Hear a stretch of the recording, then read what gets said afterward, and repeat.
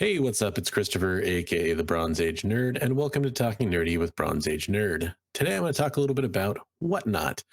What is WhatNot? Who is WhatNot? Why is WhatNot? Wait, no, that's a different thing. So let's talk a little bit about WhatNot. I'm trying to approach this from the angle of people who may not know exactly what WhatNot is. WhatNot is a live auction platform. It's mostly done through an app. You log into the app. If you're, let's say, you're buying, you log into the app. You follow a host that you're interested in, or an auctioneer, if you will, and they put up different items for sale. The auctions can be anywhere from the shortest I've seen is 30 seconds. I'm actually not aware if there's less time, all the way up to, I think, a minute and a half. Maybe it can go a little bit longer. That tends to be the range I see, especially for comic books. And you'll see the auctions start. People start bidding. The kind of thing you're seeing very commonly, although this is by no way universal, is a lot of low starting amount and people going after comic books. Sometimes the auction bids get really high. Sometimes people steal stuff. That's true of eBay or any other auction house as well. It's happening at a very rapid pace because of the nature of WhatNot. So is there any reason to use WhatNot? From a buyer perspective, I have tried it out. I've been on it a little bit. I have a friend of the channel who was basically assisting with a Whatnot auction, so I jumped into it. I wanted to support my friend's friend in his sales, and so I bid on something, just kind of didn't think about it. And then a little bit later, I saw a comic book going for a little bit less than I thought it should have, so I started going after that one. And in the end, I think I got a fair price on it, maybe a little low from the seller's perspective. And I kind of saw the opportunity here as a buyer to maybe pick up some comic books for cheaper than they tend to go for, some lower than FMV books. And so I think from that perspective, there is something worth it for me. Your use case will vary. By the way, that was My Sin City Venom on Whatnot. Was in his auction since he was being supported by Starset Comics, which is a page I follow on Instagram. He has his own eBay store. And I thought that was, there was some good stuff in there. I really liked it. And their auctions have gotten even better in the short time I've been watching them. So definitely something worth checking out in my opinion. And then, there's another, a couple good ones I followed, like Collector's Choice. Brian McClay from Tales from the Flip Side has his own Whatnot. And I like some of the stuff he did where he would do like themed auctions. Like I watched one where he did a creator spotlight where you could, he'd put up some McFarlane books, and then he'd put up some Hughes books, and then he put up some Scotty Young. So if you're into that kind of thing, I think there's a lot of benefit to it. And I do like the quick nature. A lot of auctions you watch, especially like YouTube ones, if you're not interested in what's being offered, it's hard to pay attention. It's hard to kind of keep it going unless the personalities of the people that are in the room happen to be you watchable. I've hopped into YouTube auctions, and even if the books they have are interesting, I just can't watch. I can't watch what's going on. And by the way, that also happens on Whatnot. I've definitely had that experience where I've hopped into some auctions and I'm like, what am I watching here? It looks like a train wreck.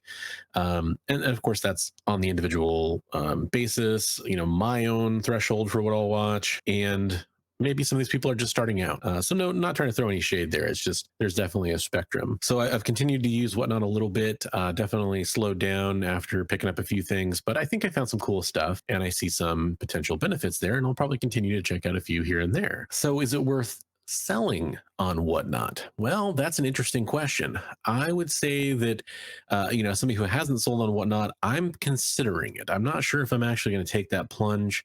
The problem is, with my collection, I got away from my own kind of idea of like, here's what I want to collect, and this is a small list, and I got caught up in some stuff, and I'd like to sell some of that stuff off. And I think there's some books I have that other people probably want. If I can sell those books off and use that to go towards the books that I was actually supposed to be going after all along, I'll do that. I think that's kind of an interesting idea. Whether or not I'll do it on Whatnot remains to be seen. It seems like who's getting in and approved as a seller, there's some interesting stuff going on there. I know really people with huge followings elsewhere that are known for selling that aren't getting on the platform.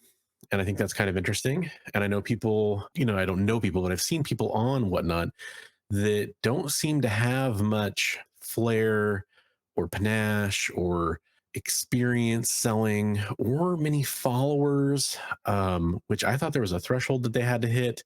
So it's definitely interesting to me what I'm seeing going on that platform as far as who does sell. I'm not trying to knock any individual sellers here. I'm not naming names or anything like that, but I do think it's interesting. There does seem to be a focus on getting certain large personalities on that platform, which is smart from Whatnot's approach, I bet, to get those people on there because they will attract people from the YouTube comic book community.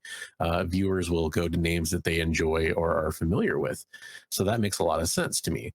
I don't know if that's the best approach for the platform health as a community and those going towards it, but it is interesting and it's something worth mentioning. But there's one specific, area of Whatnot. I think this is almost like a micro study in one thing that happened on Whatnot that I want to talk about a little bit, and that has to do with the Whatnot exclusive Tyler Kirkham Invincible variants. A quick brief history here just to get everybody on the same page. If you're not familiar, there are some Tyler Kirkham Invincible variants on Whatnot that are exclusive to the platform. Although it does seem like they are sold at times on other things like Tyler Kirkham's own store, because I was able to find an image for that. I didn't really track these. I knew that they were a big deal. I knew they were going for a lot. I wasn't personally interested in them, even though I think they're great covers. Everything I'm about to say, if it sounds in any way negative, keep in mind, I think these are cool covers, especially the gold foil on the title. It's also on some of the blood, especially on the Omni-Man cover that we'll talk about in a little bit. They look great, so it's definitely not a knock against that. But these Invincible covers were a big deal. Like back in September, they were selling for big bucks, and it's kind of interesting to look at them now here in December. I mean, there were articles being written in September highlighting how much these were selling for. Now they're selling for a fraction of that, from what I can tell. They're still big bucks, though. They're still going for quite a bit. So it looks like we've definitely seen a shift in this particular issue, down from its previous heights. But let's talk about what happened with the newest version, the Omni-Man cover. So a fantastic channel, somebody who I love following, I love watching. I think he's a fantastic, great guy. My own brief personal interactions with him have been really good, really positive, and I can't say enough nice things about him. Skef was on Whatnot. He sells on Whatnot. He's actually, I think, one of kind of the earlier YouTube comic guys that was on Whatnot, and he's been doing really well over there, selling a lot of stuff, which is great for him. Had thrown up some Invincible Omni-Man covers, and they ended up selling for a ridiculous amount. And by the way, if you're thinking like, oh, he's gouging here or something like that, no. He started this off at like $5, I believe, is what I've heard from somebody who was watching the auction. And this was live from C2E2. These were C2E2 exclusive covers that were released there.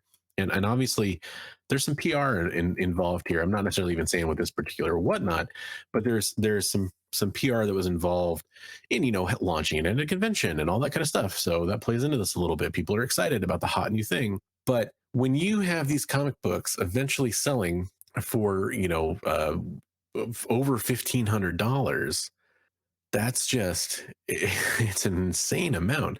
Now, granted, it's multiple comic books, and each individual comic book sells for multiple hundreds of dollars. And I believe, you end up throwing in the Invincible one as well. That's in the screenshot that I have.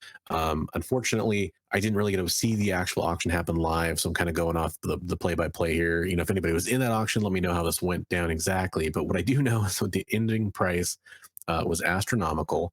I know that Skeff had a very nice day, very, very good day. I'm sure he was having a lot of fun.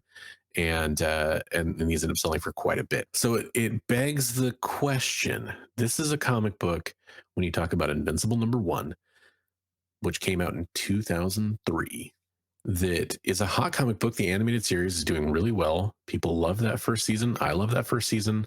But for this price, you could get in on a really respectable high grade Invincible #1, a first print.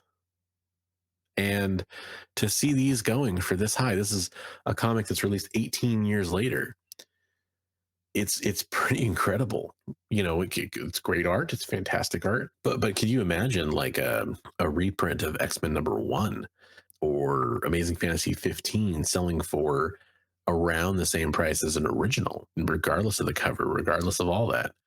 It's pretty incredible. You could compare this maybe a little bit to something like Something Is Killing the Children, which had a lot of additional later prints over a number of years for their first issue.